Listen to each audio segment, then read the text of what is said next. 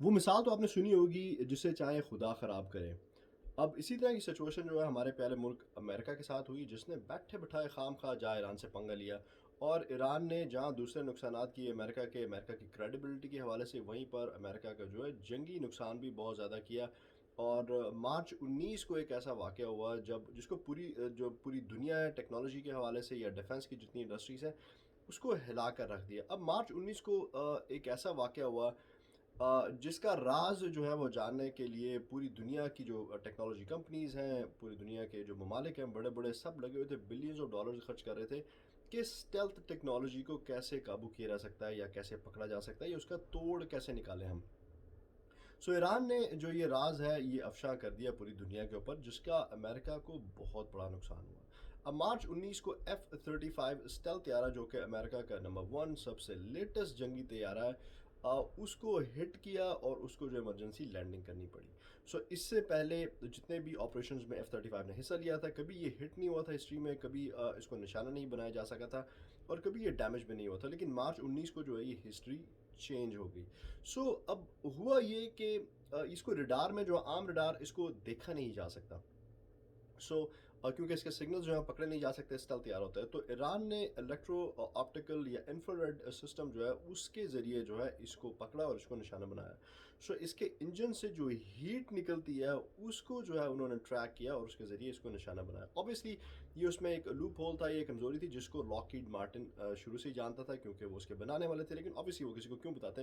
लेकिन पूरी दुनिया लगी थी कि यार इसको कैसे जो है इसको पकड़ना है या इसको क्या करना है। सो ईरान ने जब इसको निशाना बनाया तो पूरी दुनिया के जो ममालिक हैं एक तो परेशान हो गए, ख़ास तौर पे वो ममालिक जो कि 20 ममालिक हैं जो इसके ख़रीदार हैं, जो इसके उम्मीदवार हैं कि यार ये हमने अच्छी इन्वेस्टमेंट की भी है कि ये बुरी इन्वेस्टमेंट होगी, क्योंकि अगर ईरान इसको हिट कर सकता है तो फिर बाकी दुनिया के ममालिक भी जो है गोइंग फॉरवर्ड इसको आराम से हिट कर सकेंगे। जहाज़ बहुत एक्सपेंसिव है, तकरीबन 80 से लेके 110 मिलियन डॉलर का ये जहाज़ है। डिपेंड करता है आप कौन-सा वेरिएंट लेते हैं और ये यहाँ पे बात ख़त्म नहीं होती। इसको उड़ाने के लिए बहुत खर्चा है, इसकी मेंटेनेंस का बहुत खर्चा है, इसकी सपोर्ट का बहुत खर्चा है। सो बहुत ही एक्सपेंसिव जो है ये पूरा प्रोग्राम है।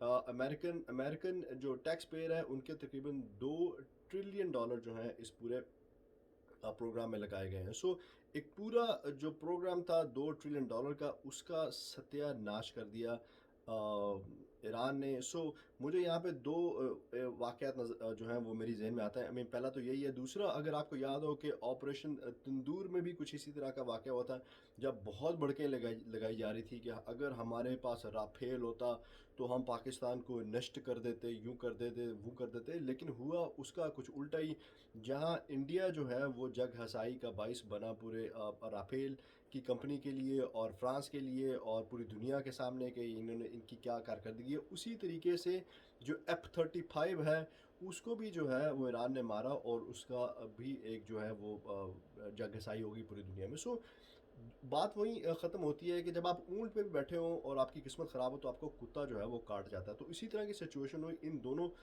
वाक़यात में, जब दोनों ममालिक के पास दुनिया के लेटेस्ट तीन जहाज़ थे और भड़कें भी बहुत मार रहे थे, लेकिन अपना राज़ जो है वो अफ़शा कर बैठे। सो ईरान ने एक बहुत बड़ा धचका पहुँचाया अमेरिका को। देखें अब लॉकहीड मार्टिन जो है या अमेरिका इस पूरे लूप होल को कैसे कवर करता है या इस ये पूरा इसमें एक नुक्स है, इसको कैसे जो है गोइंग फॉरवर्ड इसको फिक्स करता है। Thank you very much.